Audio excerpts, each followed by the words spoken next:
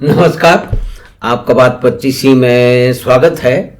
और बात 25 में हम बात कर लेते हैं यूरोप की। और यूरोप में घूमने फिरने गए हुए पर्यटक, यानी कि बहुत ही महत्वपूर्ण सेकुलर किस्म के पर्यटक, उनकी बात कर लेते हैं। अब आप देखिए, कहीं भी आप दुनिया में घूमने जाएंगे, आप किसी देश में कहीं घूमने जाएंगे तो आप क्या करेंगे। अब मान लीजिए आप कश्मीर घूमने जाएं तो आप यूपी से जाएं तो आप क्या करेंगे। आप यूपी की कंपैरेटिव करके यूपी को गाली देंगे। आप आसाम से जाएंगे कहीं घूमने के लिए बेंगलोर में, बम्बई, तो क्या करेंगे। आप वहां जाकर के अपने देश अपने प्रांत को गाली देंगे। ये कुछ सही और संभव और कुछ समझदारी का काम तो लगता नहीं है। लेकिन देश के विशिष्ट बुद्धिजीवी, जिनको माना जाता है कि वो देश का जो है ना वो विमर्श तय करते हैं, देश में लोग क्या सोचें, क्या पढ़ें, क्या देखें, क्या समझें, क्या समझाएं, क्या इग्नोर करें, क्या लात मार दें, किसको गले लगा दें, वो लोग हैं। और बहुत सारे लोग हैं ऐसे तो देखिए, लेकिन उनका एक विशिष्ट प्रतीक है। उनका विशेष प्रतीक है रवीश रेवड़ी कुमार, यानी कि श्रीमान, आपको पता ही है कि देश के कितने बड़े आकोड़िया का मतलब होता है, देखिए जी, राजस्थानी में, हिंदी में आकोड़े का मतलब होता है कि एंकर, यानी कि जो किसी चीज़ को पकड़ ले, जो धरती को पकड़ ले। जो शिप में और बोट में जो एंकर डाल जाता है ना, उसको आकोड़िया, मतलब आकोड़िया डाल करके दीवार पर चढ़ जाओ, आप उसको पकड़ लेगा। तो श्रीमान रवीश रेवड़ी कुमार कुछ दिनों पहले, कुछ हफ्ते पहले वो पधारे फ्रांस यात्रा पे। और फ्रांस यात्रा पे पधारे तो वो गदगद हो गए। और वहाँ उन्होंने गदगद होकर के जो भी यात्रा की, अब देखा आप बहुत सारे लोगों ने की होगी, और ना भी की हो तो क्या हुआ, फ्रांस के बारे में पढ़ा होगा, फ्रांसीसी क्रांति के बारे में पढ़ा होगा, पेरिस कम्यून के बारे में पढ़ा होगा, फ्रांस के कैफे के बारे में पढ़ा होगा, जो पेरिस के अंदर जो वहाँ कैसे बड़े बड़े जो है ना विद्वान और चिंतक और लेखक और पेंटर और एक्टर सड़कों में बैठे रहते थे, आपस में विमर्श करते थे, उन्होंने महान महान फिल्में बनाई, महान महान कहानियाँ लिखी, उपन्यास लिखे, पता नहीं क्या क्या कर दिया। हम उनके बारे में देखते सुनते आए हैं, और मैंने तो थोड़ी बहुत जो जितना भी मुझे थोड़ा सा मौका मिला है। अब देखिए, रवीश कुमार तो बहुत रईस आदमी है, करोड़ों की तो वो तनख्वाह पाते थे। और दुनिया भर के उनके एसेट होंगे, होना चाहिए ना, लेकिन है वो वामपंथी। मतलब है या नहीं है वो एक बात है, लेकिन विमर्श जो उन्होंने पकड़ रखा है वो ये है भाई, कोई वामपंथी लाखों करोड़ों रुपए की तनख्वाह ले ले और उसके बाद में गरीबों में अपना कम से कम आधा तो बांटे ना। लेकिन ऐसे हमें तो खबर मिली नहीं, क्योंकि अगर बांटते तो वो बताते, अगर वो नहीं बताते तो उनका पंखा समाज बताता। उनका पंखा समाज कम नहीं है, लाखों करोड़ों में है। जब वो टेलीविजन पे अवतरित होते हैं तो एक इष्ट देव की तरह से बहुत सारे लोग वहां पे पछाड़ खा के साष्टांग प्रणाम करके फिर उनके उद्बोधन सुनते हैं, उससे ज्ञान पा करके फिर दूसरे जैसे आप और हम जैसे कम समझ वाले लोग हैं ना, कम पढ़े लिखे लोग हैं ना, जिन्होंने दुनिया नहीं देखी है, जिन्होंने समाज ही नहीं देखा, उनको ज्ञान बांटते हैं। यानी कि रवीश कुमार जी कुछ दिनों पहले, कुछ हफ्ते पहले, ये एग्जैक्ट टाइम तो कोई मतलब ही नहीं है कि कब गए थे, 20 में गए थे, 21 में गए थे, 15 में गए थे, उससे क्या फर्क पड़ता है। मतलब वहां जाकर के उन्होंने सीन नदी और गंगा की तुलना कर दी, गंगा को गाली दे दी, गंगा में कुछ नहीं हो रहा है, सीन देखो कितनी बड़ी है।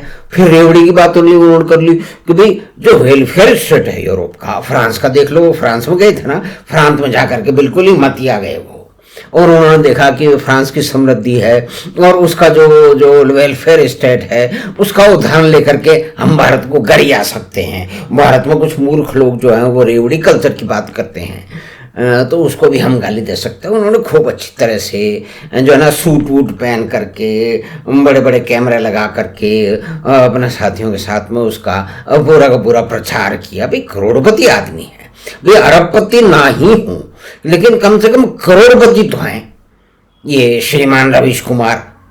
तो इन्होंने, इन करोड़पति महाशय ने कितनी संपत्ति गरीबों में बांट दी है, इसकी जानकारी कुछ तो मिलनी चाहिए ना। मेरी उत्सुकता है। बाकी सब लोग जो इनके साथी हैं, संगी हैं, इनका पंखा समुदाय, इनका बहुत बड़ा पंखा समुदाय है, जो कि सुबह शाम इनके चंवन ढलता है और कहता है कि हे श्रीमान, हे रवीश कुमार, आपने देश में जन्म लेके हमको टेलीविज़न पर आके अपने उद्बोधन सुना के हमारा जो कल्याण किया है, हमें जो ज्ञान चक्षु आपने जो है ना दान किए हैं, हमारी समझ जो बढ़ाई है, उसके लिए हम कृतज्ञ हैं।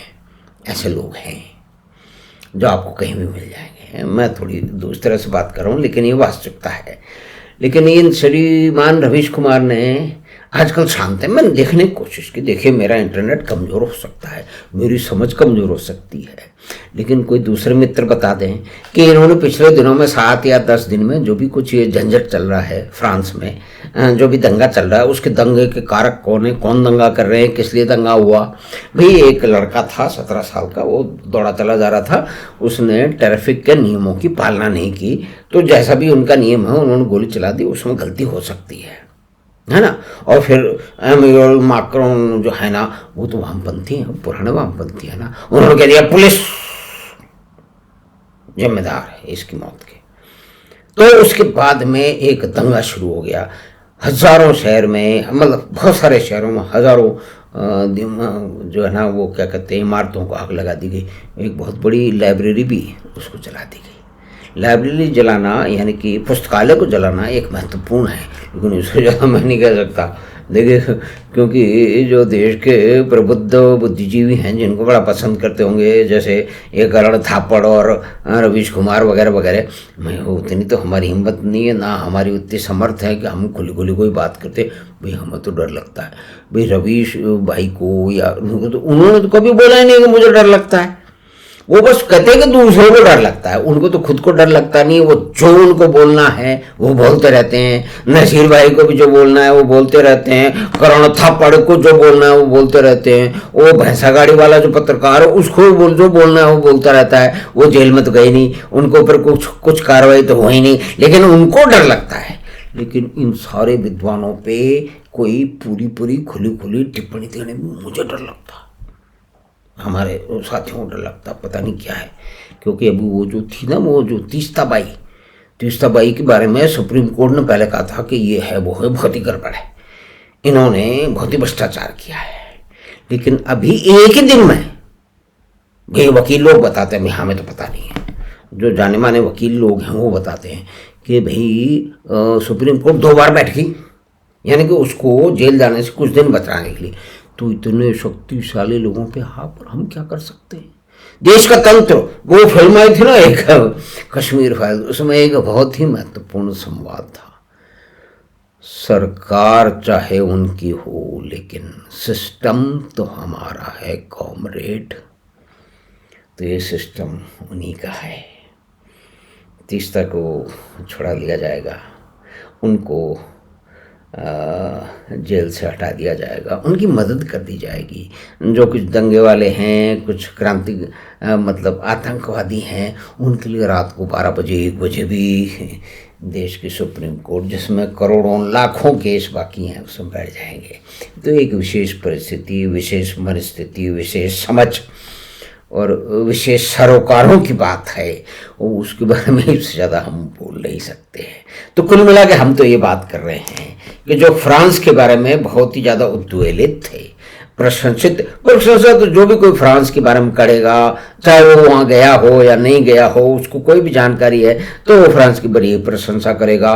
वे सेकुलर डेमोक्रेसी यानी कि प्रजातंत्र, तो सबसे बड़ा उदाहरण जो ना फ्रांस है। लेकिन आज फ्रांस जल रहा है। वो क्यों जल रहा है? उसकी समीक्षा कम से कम महान विद्वान, विचारक और कथावाचक रवीश कुमार जी हमें बताते तो हमें समझ में आता, लेकिन हम क्या करें, रवीश कुमार जी तो मौन पड़े।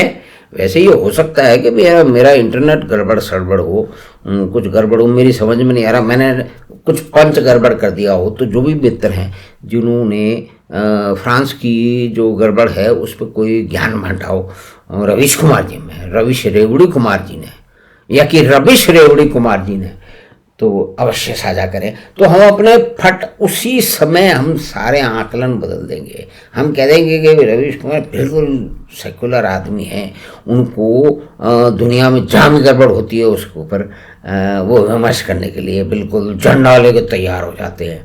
लेकिन ये तो वही हैं जो दिल्ली में दंगे हो रहे थे, उन्होंने दंगाई का नाम ही बदल दिया था।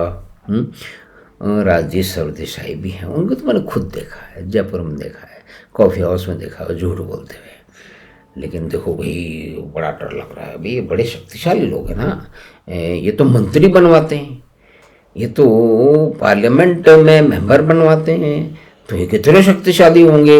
लेकिन आप देखिए कि जो सोशल मीडिया है, जिसको ये रवीश कुमार श्रीमान और उनके साथी गोदी मीडिया बोलते हैं, उसके कारण बहुत सारे भांडे फूटे हैं। तो धन्यवाद, नमस्कार।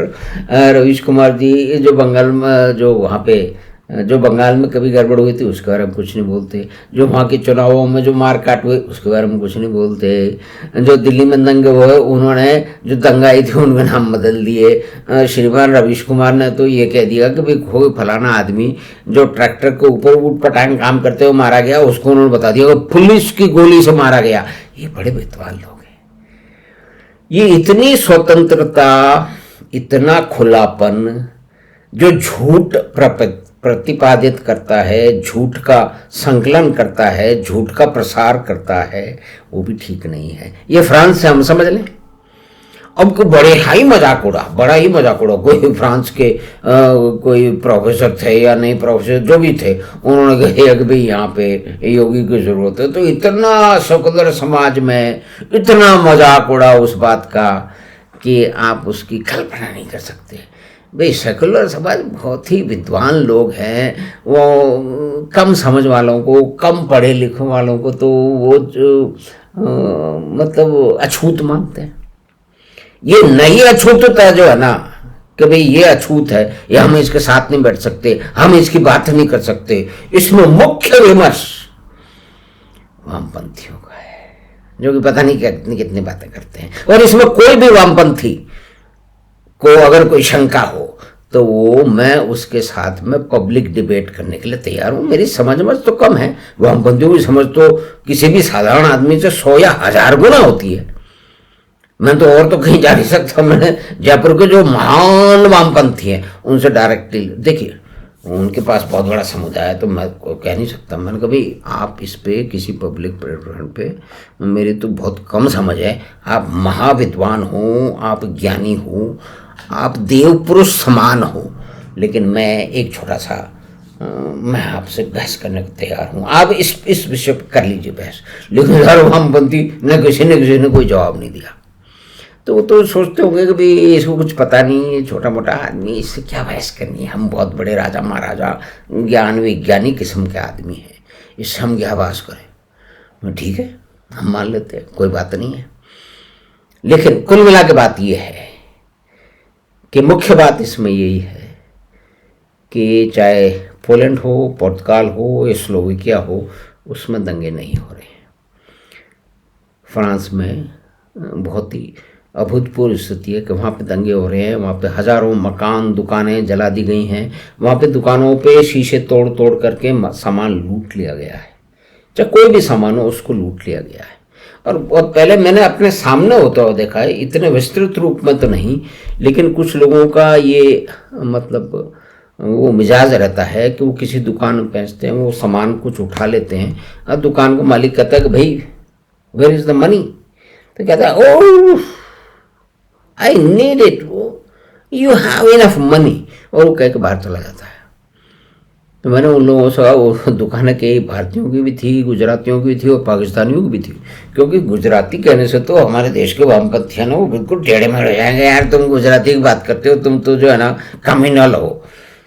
लेकिन उसमें पाकिस्तानी भी थे, उन्होंने और की कराऊँ, वो पंजाबी जानते हैं, मैं भी थोड़ी बहुत पंजाबी जानता हूँ ना, चंडीगढ़ में पढ़ने कर, वो की करा यार गल सुन, बंदे ले जाते हैगे ना, वो 2 4 6 ना बियर ले जाते पैसे देंगे नहीं, हूँ की करिए।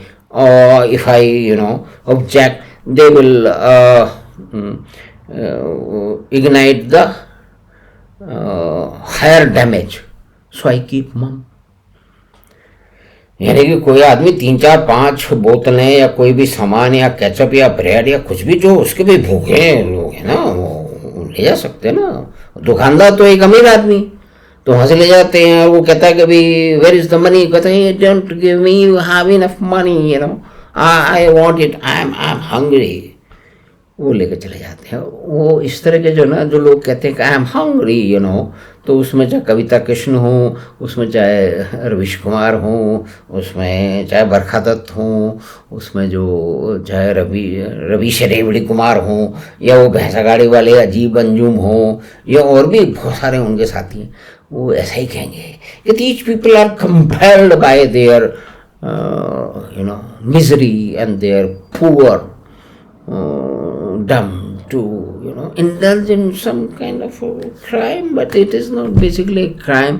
They are finding something to eat. तो ये बात है साहब। फ्रांस में गए, फ्रांस की उन्नति, फ्रांस की में जो भी कोई जाएगा उसकी निश्चय ही उसकी बात करेगा, जो उसकी महत्ता है, जो उसकी महत्वपूर्ण बातें हैं, जो दुनिया को उन्होंने दिया है, जो समाज को उन्होंने पूरे देश के समाज को, पूरी दुनिया के समाज को दिया है, उसकी चर्चा होगी। लेकिन आज फ्रांस क्यों जल रहा है, उस पर ये जो रवीश रेवड़ी कुमार है ये चुप है। इसके साथी ये रवीश रेवड़ी कुमार क्या है कि इसके 90 या 1 करोड़ या 50 लाख फॉलोअर है भाई साहब। असाधारण बात थोड़ी है भाई, हैं वो उसकी बात सुनते हैं, पसंद करते हैं। तो उसमें यह भी कहा जाता है कि इसके जो सब्सक्राइबर है वो किसी एक विशेष वर्ग के, भाई विशेष वर्ग से तो आएंगे ही, उसमें क्या बात है। तो कुल मिला के बात ये हुई कि हमने बात की भारत के प्रबुद्ध लोगों की, बुद्धिजीवियों की, जो कि देश और दुनिया की समस्याओं पे हमेशा जो है ना वो अपना माथा रगड़ते रहते हैं और उसमें से सोच समझ के आप और हमारे जैसे कम समझ लोगों के लिए कुछ ज्ञान बांटते हैं। तो हमने तो भाई, हमारी तो कोई हैसियत ही नहीं है कि हमको ज्ञान बांटे, हमने तो एक विमर्श और एक चर्चा की है। तो आपका धन्यवाद, नमस्कार कि आपने ये बातचीत सुनी। तो हम आपसे फिर मिलेंगे बात 25 की अगली बात में। एक निवेदन और कि जिन महानुभावों ने, बहनों ने, भाइयों ने चैनल बात 25 को सब्सक्राइब करने की कृपा की है, वो एक बार अपना सब्सक्रिप्शन फिर से देख लें, क्योंकि अब जब आप सब्सक्राइब करते हैं तो डिफ़ॉल्ट सेटिंग जो है वो प्राइवेट रहती है, तो उसको कृपा करके पब्लिक कर दें। धन्यवाद, नमस्कार। हम आपसे फिर मिलेंगे बात 25 की अगली बात में।